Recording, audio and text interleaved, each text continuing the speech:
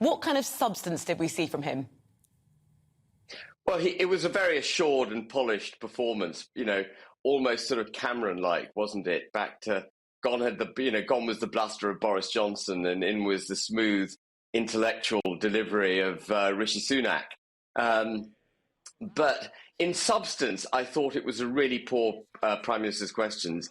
Keir Starmer had an open goal. Here was a man who actually presided over an accumulation of debt exceeding any previous chancellor in history, a man who locked the economy down, caused the supply chain problems that now have caused the cost of living crisis, and he couldn't land a single punch on Rishi Sunak as a result of that, not to mention his wife's non-dom status, his green card, and then, of course, the fixed penalty notice that he himself had acquired by breaking lockdown laws. So I thought for Rishi Sunak, it was a first-class performance versus Starmer. Starmer, he had an open goal and he failed to slot anything in it.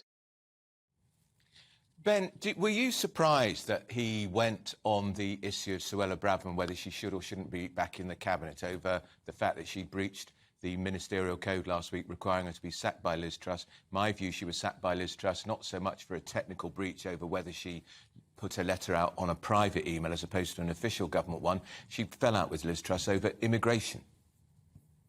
Yeah, I agree with you, Andrew. I think that the disagreement between Liz Truss and Suella was one of policy rather than what had happened that morning. Suella was the one who reported herself, and it was a minor breach in the sense that nothing sensitive or, that could move markets or anything had been leaked. She reported herself, it was dealt with, and that should have been the end of it. It can't be the first time that a minister has inadvertently used their private phone. And, when you put that into the context, for example, without wishing to go back to Rishi Sunak, for giving £4.3 billion worth of corona bounce back loans, the resignation of Lord Agnew in January. What happened between Suella and Liz Truss was minor by comparison. He raised, didn't he? He used the expression non-doms. The Labour Party are clearly going to try to crack down on how many non-doms we have in Britain. But he didn't mention the fact that Mrs Sunak was exposed for being a non-dom earlier this year. Cue furious reaction from Rishi Sunak, the Chancellor, but she then changed her non-dom status, reflecting the fact that the Chancellor of the Exchequer's wife really should be paying tax in Britain on her worldwide income. But Starmer lacked the killer punch. Yeah, he just lacks the killer punch. There were so many things he could have had a crack at Rishi Sunak on and really, revealed Rishi Sunak for having been part of the top team that broke the economy, part of a team that broke lockdown laws, who has a wife who's non-domiciled. And, he's making tax policy for British people, but actually his own family is going to be excluded from having to face those taxes. There's so much Starmer could have done. So it was a poor question time from Starmer. But Starmer did do was criticise the Conservatives of putting the party first rather than the public. And one thing the public will care deeply about is what's going to happen to their pension. It looked yesterday like we had a hint towards what Rishi Sunak said. There's going to be difficult decisions to come. Yeah, so, one of the things Rishi Sunak said a couple of days ago was that he was going to live by the 2019 manifesto. And in amongst the manifesto pledges is the commitment to the triple lock on state pensions. But it looks like he's moving towards ditching it. He also said during the contest with Liz Truss that he would frack, that fracking would be back on the agenda given the trouble we've had with energy independence. But he's turned his back on that as well.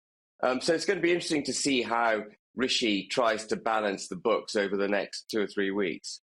You really see a Conservative government, Ben, scrapping the triple lock? They've done it once. Do you really think they're going to do that when you consider the majority of the Tory votes are drawn from people who are in receipt of state pensions? And if the triple lock is scrapped, that means they're not going to necessarily have their pensions uprated in line with more than inflation. I don't think he's going to do it. I think it's a threat. I think it's all a game for Sunak. He'll say he might get rid of it, and then we're all relieved when he keeps it. Yeah, and that would be quite clever, wouldn't it? Trail it, engender some opposition to it, and then, phew, what a relief, he didn't do it. But he is going to do other unpopular things. This is not a prime minister who has bought into the notion that we've got to grow the economy in order to balance the books. This is a prime minister who believes in cuts, who believes in taxing people in order to balance the books. And I do think he's fundamentally wrong in that. There has not been a government in history that has balanced their books by cutting costs and by levying taxes. That is a recipe for sitting on growth by constricting the economy. And I think in a couple of years' time, when the election eventually comes, he's going to be in sticky water.